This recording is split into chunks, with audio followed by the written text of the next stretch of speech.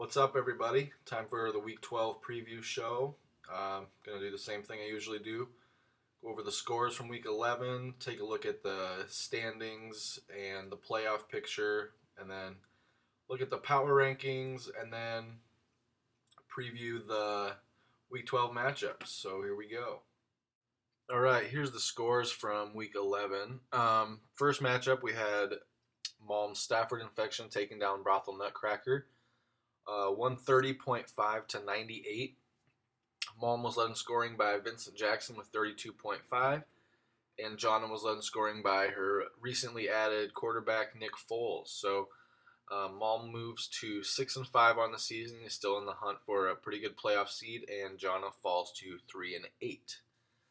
Our second matchup of Week 11 was between Brady and Josh, and 40 ounces and a lot of Bush pulled the upset in this matchup by a score of 130.2 to 125.3.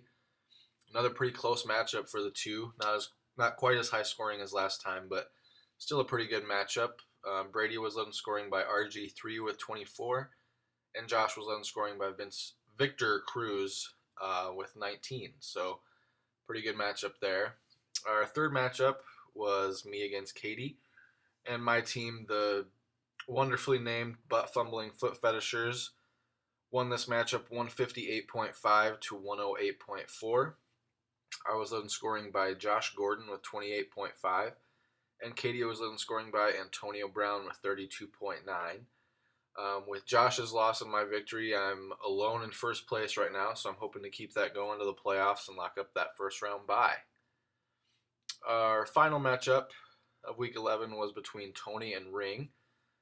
Man, Make It Dwayne on Dembose won this matchup pretty handily, 167.3 to 113.5. That's Nutcracker's bitch's fifth loss in a row, so he lost any momentum that he had and not looking like he has a shot to make the playoffs. So kind of sucks for him there, but congrats to Tony on the victory. Here are the standings in the East Division. I'm still in first place. As I said, I won last week. I have an 8-3 record and a 2-game lead with 2 games to go, so I'm pretty happy about that. Tied for second are Tony and Malm with a 6-5 record. Tony would win a tiebreaker if it comes down to that. And only a game behind them, and in fourth place is Brady with a 5-6 record. In the West, Josh retains his lead even though he lost. He's got a 7-4 record. Katie is in second, only a game behind Josh at 6-5, and then way behind the rest of everyone in the league. Ring and Jonna are tied. Ring would win this tiebreaker. Both of them have a 3-8 record. So here's a look at the projected playoff bracket if the playoffs were to start this week. I have the best record in the league, so I would have the number 1 seed and a first round bye. Number 2 seed would be Josh's team, Team VJJ's. 3 seed right now would be Tony's team, Make It Dwayne on Dembose. 4th seed would be Katie's team, You're in Trouble. 5th seed would be Malm Stafford Infection. And wrapping up the playoff seeds would be Brady's team with the number 6 seed. Looking at the standings, with Jonna and Ring both being 2 games behind Brady, who is technically in 6th right now, they would have to, both of them have to win out these next 2 weeks, and Brady has to lose the next 2 weeks, and they'd also have to make up a point differential to make the playoffs. So here are the power rankings. No changes this week. Everything pretty much stayed the same. Josh is still in first. I'm in second. I do have the best record, but Josh has still outscored me. So Tony stays in third, and Katie's in fourth. Brady is in 5th place, and 6th is Malm. And 7th and 8th are Ring and Jonna. So looking at the point totals right now, with Ring and Jonna both being 2 games behind Brady, As I said, they'd both have to win out, and Brady would have to lose out for them to even have a shot at it. And Brady has 1,435 points, we'll say, on the season, and Ring is not really that close to him. He's only scored 1,338.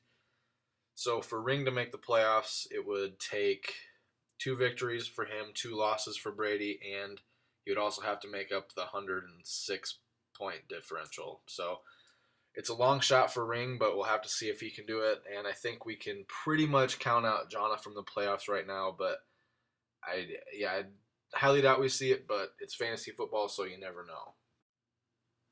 All right, so now we'll look at the Week 12 matchups. First matchup, we have my team going up against Jonna.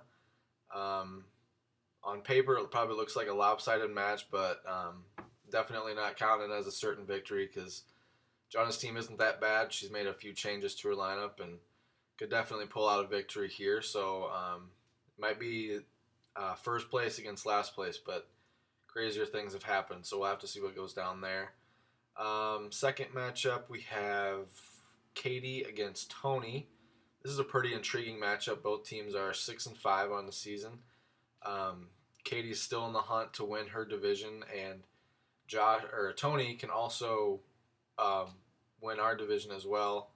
It would take 2 victories by him and 2 losses from me, but you never know. So big game for both teams. That should be a fun matchup.